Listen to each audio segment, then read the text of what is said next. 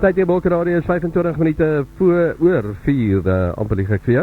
En ek het vir jou gesê, ek gaan iemand in die hande kry om vir ons uit te help en vir ons die volle waarheid te vertel oor die Weermagse fonds wat lyk vir my beskikbaar is. And it's a pleasure to welcome onto Block Radio for the very first time Shahid Isa, and he's the Deputy Spokesperson on Defence and Military Veterans for the Democratic Alliance. Good afternoon, Shahid. How are you?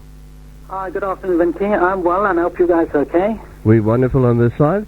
Shahid, there's been a lot of confusion about this military fund of yours, and a lot of people have emailed in and sent us SMSs and to get behind the story, and it was difficult to get hold of somebody to actually give us the right information. So I'm very glad that we got through to you eventually.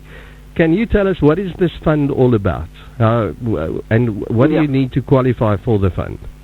Yeah, I think first of all I need to just paint the correct perspective in terms of our budget debate that we had, and also the annual performance plan that we, of course, debated and we completed in June when the budget was approved. First and foremost, the budget allocation currently for the Military Veterans Department, which is a new department, is 51 million for this current financial year, and next year there will be approximately 51 million again, and in the third year it's 53 million. Now that money is only for the administration to run the Department of Military Veterans. Okay. Only for the officials to run the business. Right. The second part is the projected cost that was done by the department is about R500 million, about 500 million rand for benefits to military veterans. However, this money has not been allocated to the department, and I think National Treasury would not allocate such money. That has been discussed, yes, but there is no regulations in place, which means once you have an act of legislation enacted, it becomes now law in the country. Mm-hmm. It spells out, it says, yes, people must get benefits in terms of the law, the new legislation of military veterans. However, who are the people that qualify?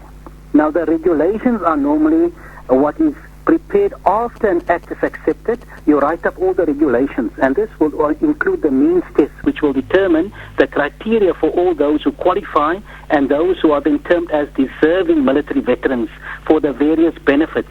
Now, those things are not in place. The regulations have not come before Parliament for us to debate and to approve at all. Okay. So there is no issue at the moment of the budget that was projected of R500 million. There is no regulations that we have approved to say the criteria for people that deserve. And of course, even the provincial offices that had to be up the end of June is not in place. We've not been informed, which would have acted as also a recourse and also a center for military veterans to refer matters to. To make things more complicated, the military ombud, where you're supposed to lodge your complaints about the issues affecting military veterans, that ombud has only been appointed in April, and that ombud still has to find his feet, Mr. Matanzima, and still has to fill all the vacancies of that particular ombud in order to function and deal with the complaints of military veterans. Within the department itself, there are two organs which deal with the advisory council. That needs to be also confirmed and appointed.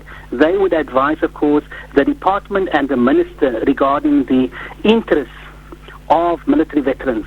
That is not in place.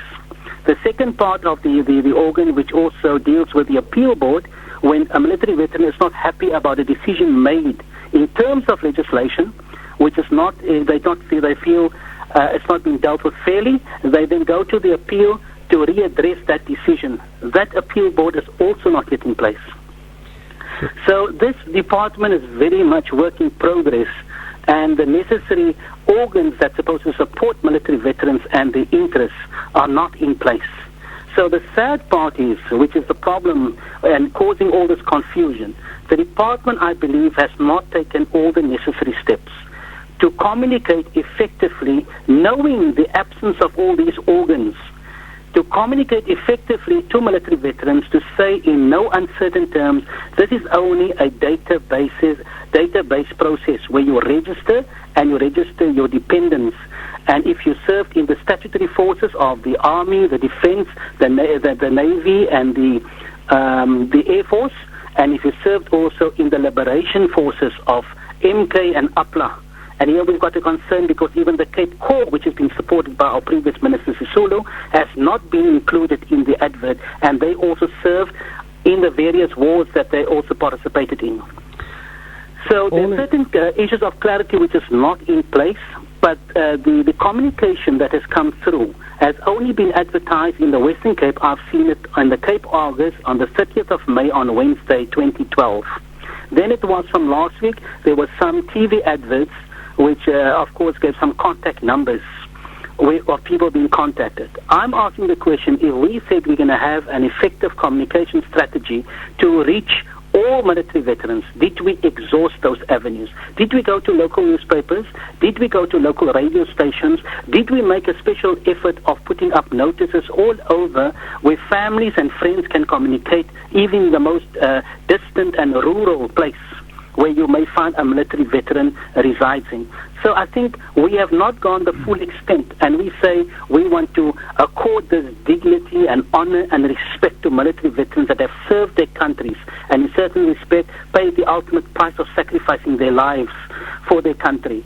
So what respect are we showing? What dignity are we according to the military veterans? And I think there is a serious lack and failure on the part of government to fulfill the basic requirements of communicating effectively and managing this process of registering, and based on that registration and verification process, you will then be entitled to certain benefits. If this is not in place, how would they benefit? Yeah, I hear you. So, in short, basically, you don't feel that all the necessary steps are in place, and at this moment, is it worthwhile to go register? Absolutely. In terms of the legislation is very clear. Section 5 of the Military Veterans Act of 2011 clearly stipulates, and I want to read that, Section 5, benefits relating to military veterans. The benefits relating to military veterans are the following: compensation to military veterans who sustained disabling injuries or severe psychological and neuropsychiatric trauma, or who suffer from a terminal disease resulting from their participation in military activities. 2, dedicated counseling and treatment to military veterans who suffer from serious mental illness, post-traumatic stress disorder, or related conditions. 3, honoring and memorializing fallen military veterans. 4, education, training, and skills development. 5, facilitation of employment placement. 6, facilitation of or advice on business opportunities. 7, subsidization or provisioning of public transport. 8, pension. 9, access to healthcare. 10, housing. 11, burial support. And some of these sections, of course, also applies to dependents of military veterans. So, I mean, clearly the Act is spelled out, but it needs to determine who qualifies. So I think it's very important that all military veterans must register and their dependents must register.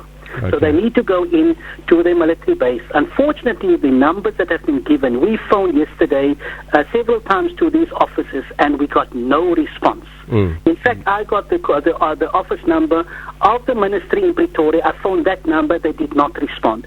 I had the personal number, a cell phone number of one of the officials in the DG's office. That person didn't respond.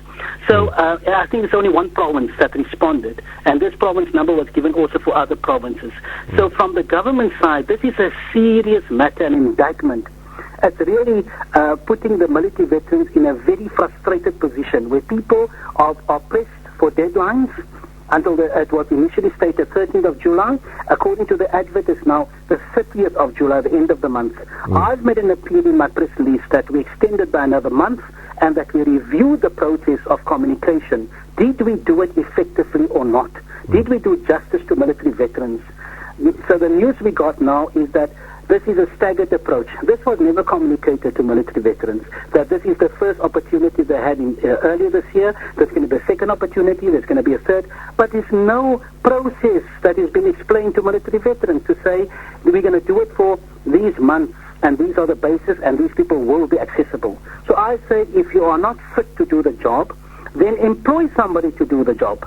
Because if you don't have all the vacancies to deal with the issues of communication and HR issues, then get a call center, a professional company to do this process, and they submit the official reports to you, and then you can then scrutinize those reports and respond to the issues. At this moment, if you want to handle it, but you don't have people that even pick up their phone, what do you expect to achieve? Yeah, we had the same problem. Because we find a lot of numbers. Military veterans are treated. Yeah, we had the same problem. We found a lot of numbers as well. Couldn't get any joy from anyone.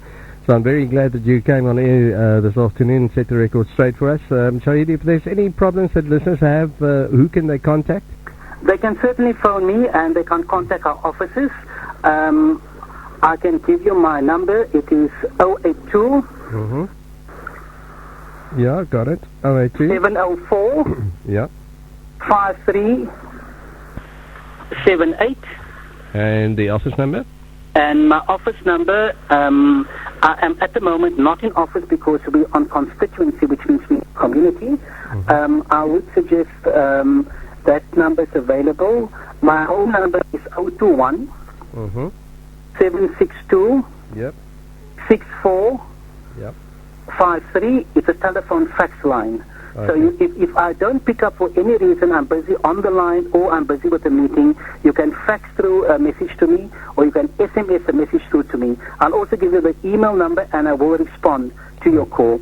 The email, I have a backup email because my email box has been flooded at this moment. So I'm giving you an alternate email. It is Shahid Esau, that's my full name, SHAHID ESAU. Okay, got that. That's one word, shahidesau@yahoo.com. I'm using that box now because my email is being flooded and the calls are coming in. And if you have this state of affairs where people are phoning to find clarity, because there's a panic at this moment and a rush to register, and there's no clarity. I mean, why does government create this situation? Great. Shahid, thanks very much for chatting to us here on Brock Radio. I'll repeat your number as the show goes along, and I'm sure you're going to be flooded from our listeners as well. But good luck, and we'll speak to you again soon in the near future. Hopefully all the problems will be sorted. Thanks a lot. Yeah, you go well. Thanks you a too. lot. Thanks. Bye-bye. Bye-bye. Right, daar het jy dit, as jy gewonder het en jy weet nie wat aangaan wat die militêre veterane fonds aanbetref nie, jy hoor nou daar is 'n hele klomp probleme, lyk dit vir my daarmee. Ek sal soos wat ons aangaan met die program slik Shahid se telefoonnommer weer 'n keer vir jou herhaal. Hy is die Deputy Spokesperson on Defence and Military Veterans vir die Demokratiese Alliansie hierso in Kaapstad. Dis 4:38, 'n bietjie later is gewoonlik hier so sport.